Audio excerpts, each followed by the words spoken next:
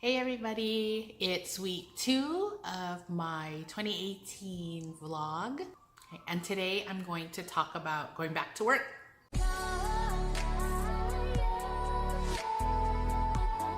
It is January 7th and I've been on a winter break from work for 3 weeks. So it's been a long time since I've been at work, and so I kind of want to talk a little bit about what it feels like to go back to work after being on break for such a long time. I am a high school counselor. The dynamics of my job are multifaceted, and so that I'll talk about that another time. About my work as a school counselor and what all that entails. So I'll talk about that another day. But today I wanted to talk about going back to work after being on break for such a long time, for 3 weeks, and enjoying the holidays and all the great things that come along with that, and going back to the daily grind of not only going back to work, but going back into the routine of kids, school, homework, activities, faith formation classes in the evening, and all the other things that they do. So it's really going back into the groove of everyday life after being on vacation for 3 weeks.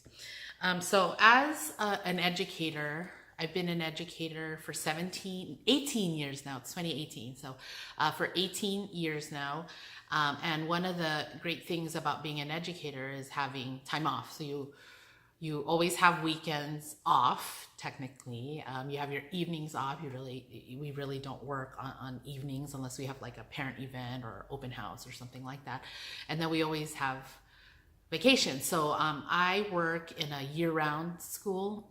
And so school starts for us in July and we end in June. And so every 6 to 8 weeks or so, we have a break. So it's nice that I have a 2 or 3 week break every 6 to 8 weeks. So it's nice to have that time built in on a regular basis all year long to have vacation. What I really wanted to talk about today is how my mind and my body is kind of synced to that year-round schedule of my work. So it's been 18 years of being on this year-round schedule. So I think my body now knows you've been working for 6 weeks or you've been working for 8 weeks. It's time for a break. And so, like I said, we start school in July and then we go on break like the end of July is when we start back at work. So we go until about the 3rd week in September. And it's always that week right before break that I'm not as sharp at work. I'm not as focused. I'm a little bit slower. I'm a little bit more snippy at people. I start to like zone out, like I'm really just waiting for the days to go by for that vacation, because I feel like I've run out of battery at that point. Like, you go and you push, and then when your body knows, okay, you're at the finish line, you've got 5 more days till break, 4 more days, 3 more days.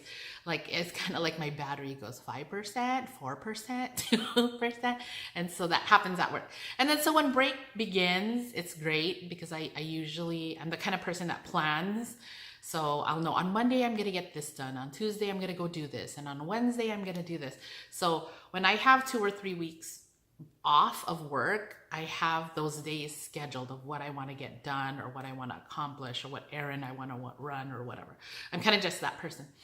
But for me, that's relaxing because it's nice to know that I'm getting things done and I'm doing things that I had scheduled to do, whether it's errands or whether it's something fun, like having lunch with somebody or having dinner with somebody or going shopping or whatever. But those things I kind of have.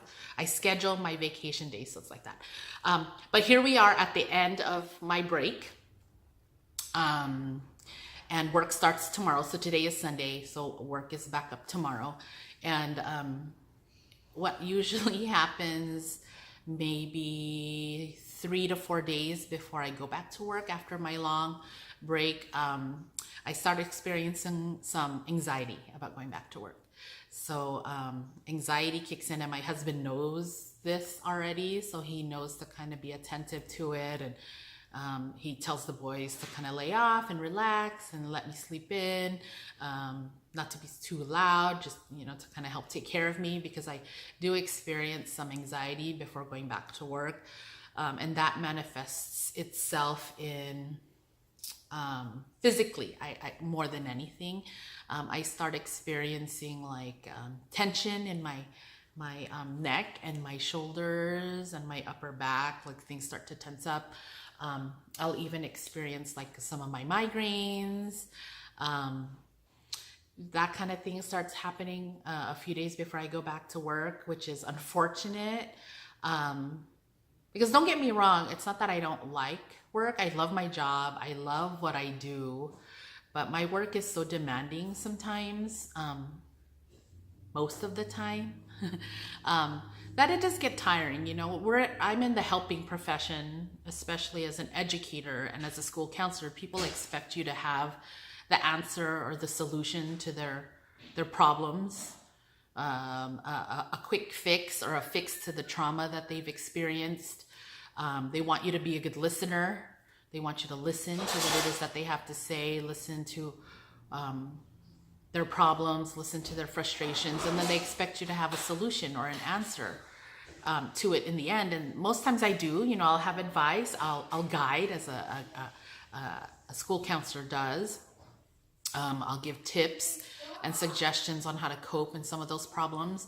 And most times it works. You know, sometimes I'll refer to outside agencies where they can get more help that they need. And this is just not students, it's parents too, where they feel like they need someone to talk to. They need some help with their family, their life situation, their children, you know, whatever. And so, you know, I try and seek out help that'll help them with the trauma or the problems that they're having in life. But you know, sometimes I don't have an answer, and sometimes those solutions or those suggestions or the advice or the guidance that I give students and parents, sometimes it doesn't work.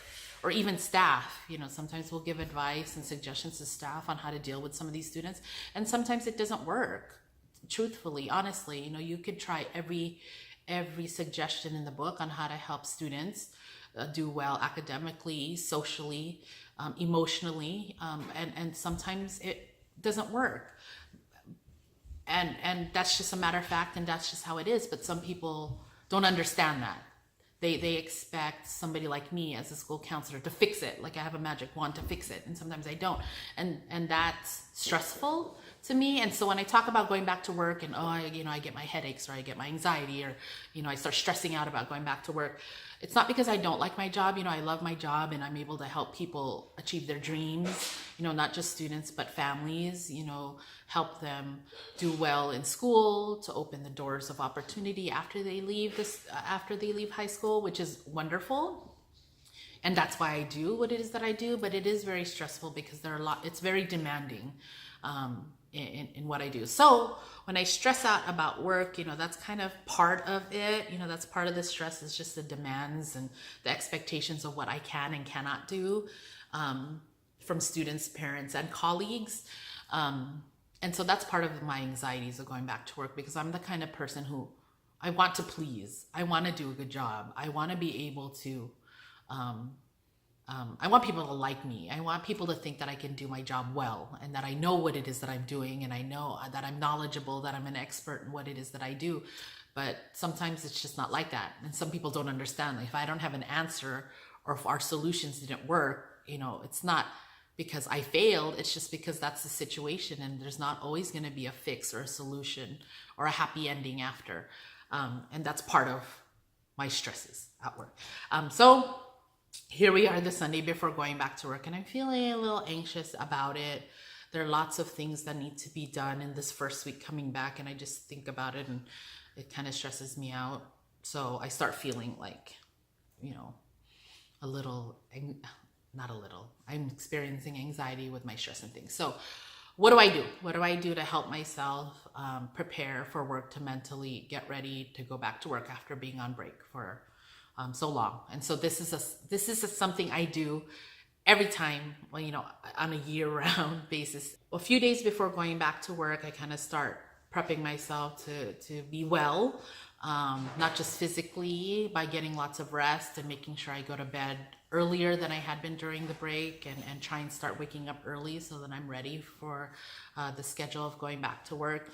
I have also, and my colleagues at work know this because I use these at work, but I use my I use a lot of essential oils. So this is my little bag that I keep in my purse.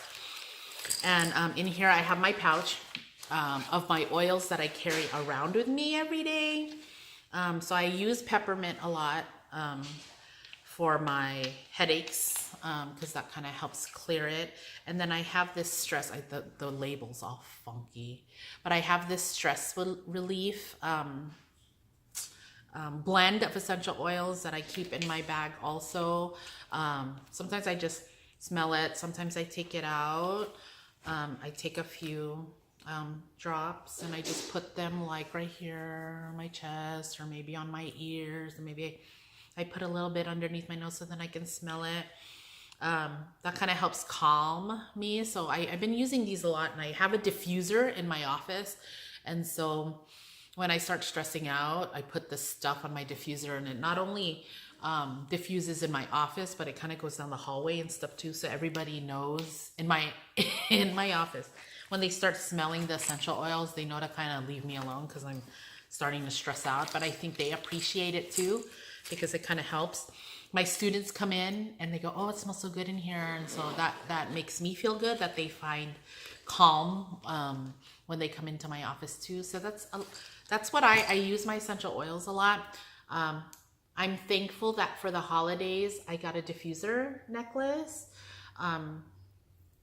So you kind of put you put the oils inside on this little pad thing, and then you wear it like this, and then you can smell it. And so then the oils diffuse all day long as well. And then I got this cool bracelet too for the holidays. Thank you to hubby for this one, and thank you to my friend Joyce for this one. So this is a nice diffuser bracelet with tourmaline. This is for like wellness and relationships and to get along with other people, type of stones and crystals if you're into that kind of thing. And then there's some lava rocks in the middle. And this is where you put the oil, so it kind of like soaks it up and that diffuses all day long too. So my oils are important to me. I have this deep sleep pillow spray that I put on my pillow. Also, I got this in my Fab Fit Fun box. So this I spray on my pillow before I go to bed, and that helps calm. Also, it's got chamomile and lavender essential oils in it. So this kind of helps conk me out right away. So besides the essential oils to prep me for work, there's an app called Calm, C-A-L-M, Calm app. It's got some meditations and it helps you kind of, it's a meditation app, a visualization app. So it's got some guided meditation to help you relax and just be calm. So there's things about being, about gratitude, about happiness, about relationships. Some of it's just musing and breathing techniques. I use that too. So those are kind of the natural things that I try and do to kind of calm me down all year long, but most especially right before I go back to work after the holiday. And then when things get really bad, so in my little pouch, I'm going to show you my pouch, because sometimes people go, "What do you have in your bag? You have so much crap." So I have my essential oils, and then I have my like lotion and nose spray and stuff. But then I have my Excedrin migraine. This is life-saving for me. So when my migraines get really bad, I swear on Excedrin migraine. That usually takes care of it. Only a few times ever in my life where my migraines have gotten so bad I had to go into the doctor. Once I had to get shots for it. I guess migraines, I might talk about migraines another time, because migraines isn't something that I have had my whole life. It was an onset after I got pregnant, after I gave birth with my first son. So it was weird. I think it's a hormone thing. Tomorrow's back to work. I'm hoping, no, I'm going to tell myself everything's going to go well. It's going to be a great start of 2018 as a school counselor. So yeah, that's my vlog number 2 for 2018. Cheers and best wishes and good luck to all my colleagues in the Sweetwater Union High School District going back to school this week. We do great things. Sometimes it's hard, sometimes it's tough, sometimes it makes you cry, but we all know why we went into the profession of being an educator, because we want to make a difference, we want to make a positive impact, we want to help young people, motivate young people to make our world a better place. That's really why I became an educator. So I hope everyone in my school district starting up back work this week has a great few days back. Hope everything runs well, everything is smooth, and that the rest of 2018 and the rest of the school year goes well for everyone. So have a great week, everyone. Thanks for tuning in, and I'll see you next time. Bye.